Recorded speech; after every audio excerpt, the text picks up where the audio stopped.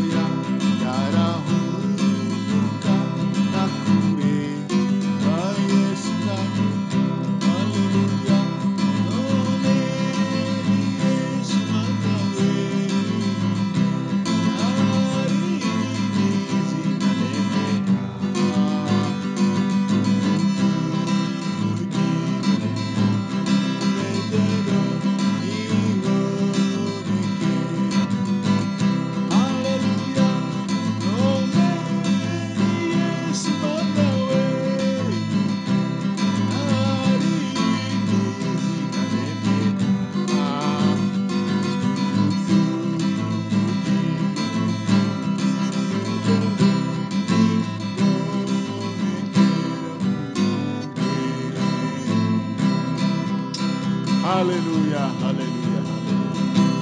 Bene data, nta handi twabasha kubonera umunezero usibye muri Yesu. Muri byeri nta munezero ubamo, mu busambanyi nta munezero ubamo. Uyu muririmbyi aravuga ngo Yesu ni wowe musambonyemo amahoro nifuzaga, najyaga nyashaka sinyabone, ngasuhuza umutima iteka.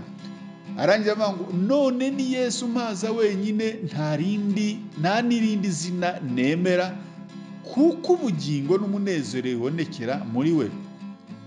Kabiri aravuga ngo nifuzaga uko nakwinezeza, ntita ku mukiza wanjye nkimwirengagiza ntamwitaho, nuko amfatisha urukundo rwe.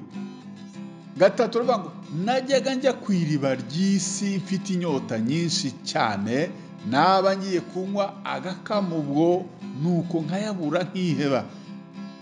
Igitero cya nyuma cya kane aravuga ngo nuzuye agahinda n'ubwihebe, mbuzi ibyo niringiraga, maze amaso yanjye arahumuka, ndakureba Yesu ndanyurwa. Haleluya. Ndashimira Imana yampaye amaso yo guhumuka, nkabona Yesu nkamureba, hanyuma narangiza namusogongeraho nkanyurwa. Ibyirari by'inzoga n'ibindi byari byarangize imbata bikandekura. Reka dusome ijambo ry'Imana. Igitabo cya Yobu ibice ni 28 murongo wa 28 aravuga ngo maze ibwira umuntu iti dore kubaha Uwiteka nibwo bwenge kandi kuva mu byaha niko kujijuka. Maze ibwira umuntu iti dore kubaha Uwiteka nibwo bwenge kandi kuva mu byaha niko kujijuka. Reka dusome nanone mu gitabo cy'imigani ibice ni 9 murongo wa 10 tugeze kuri 12. Aravuga ngo igitabo cy'imigani ibice ni 9 murongo wa 10 tugeze ku 12. Haravuga ngo kubaha Uwiteka ni ishingiro ry'ubwenge, kandi kumenya uwera n'ubuhanga. Nijye uzakugwiriza iminsi yo kungura imyaka yo kubaho kwawe. Niba uri umunyabwenge, ubwo bwenge ni wowe ubwigiriye ku bwawe, kandi nukobana ni wowe biziberaho ubwawe. Zaburi 111 murongo wa 10. Zaburi 111 murongo wa 10 haravuga ngo kubaha Uwiteka ni ishingiro ry'ubwenge, abakora ibyo bafite ubwenge nyakuri. Ishimwe rye rihoraho iteka ryose. Mwakire neza ijambo ry'Imana. Kera iyo numvaga umuntu yarize amashuri abanza, ayisumbuye, aya kaminuza ndetse n'ay'ikirenga, avuga neza indimi z'amahanga, Igifaransa, Icyongereza n'izindi ndimi z'abahanga, nahitaga numva ko uwo muntu ako kanya azi ubwenge cyangwa se ari umunyabwenge. Sinkamenye ko ubwenge butandukanye n'ubumenyi, aho naje gusanga umuntu ashobora kuba afite amashuri menshi yize kandi meza, azi indimi nyinshi, azi ubumenyi bwinshi, ndetse mu byiciro bitandukanye, ariko adafite ubwenge nyakuri. Cyanangaje nuko haraho naje gusanga umuntu wize ibyo byose akora ibihabanye n'ibyo yize. Ugasanga urugero umuntu w'umudokiteri, umuntu w'umuhanga cyane mu mibare, mu kuvuga indimi zidasanzwe, yasinze, yikoreraho ibintu bitari byiza, yiyandaritse, akora ibintu bihabanye n'ubumenyi cyangwa se n'ibyo twita ubwenge bw'isi. Igifaransa cyiza avuga, Icyongereza cyiza, yese n'izindi ndimi zitandukanye, ariko ugasanga ibyo akora bitandukanye n'ubumenyi yamenye. Ubwenge bukamubwira ko agomba kugerageza agakora ibyo ibyo bitandukanye n'ibyo yize kugira ngo yereke abantu ko ahari ajijutse kandi nyamara atajijutse. Burya ikizakubwira ko umuntu ubwenge afite butandukanye n'ubumenyi yize nuko azakora ibitandukanye n'ibyo yagakwiye gukora.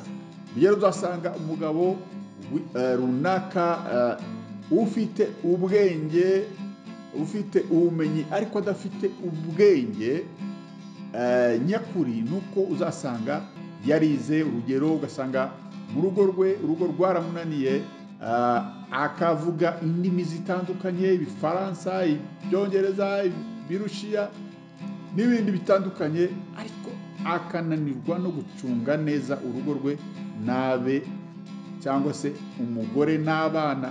Usanga baricwa n'inzara kandi ahembwa buri kwezi.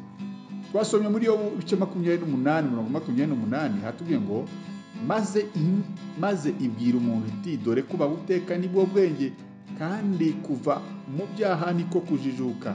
Igitabo cy'Imigani bice 9:10 hatubwiye ngo kubaha Uwiteka ni ishingiro ry'ubwenge kandi kumenya uwera n'ubuhanga. Muri Zaburi bice 111 ho hakagira hati kubaha Uwiteka ni ishingiro ry'ubwenge. Abakora ibyo bafite ubwenge nyakuri. Ishimwe rye rihoraho iteka ryose. Hari igihe umuntu wize yitiranya ibintu, akavanga ibintu n'ibindi, akibwira ko kuba yarize bihagije, ko adakeneye ubwenge nyakuri, adakeneye agakiza. Oya, aba yibeshya, kuko burya nawe aba akeneye kuruhuka, aba akeneye agakiza, aba akeneye ubwenge nyakuri buva mu ijuru.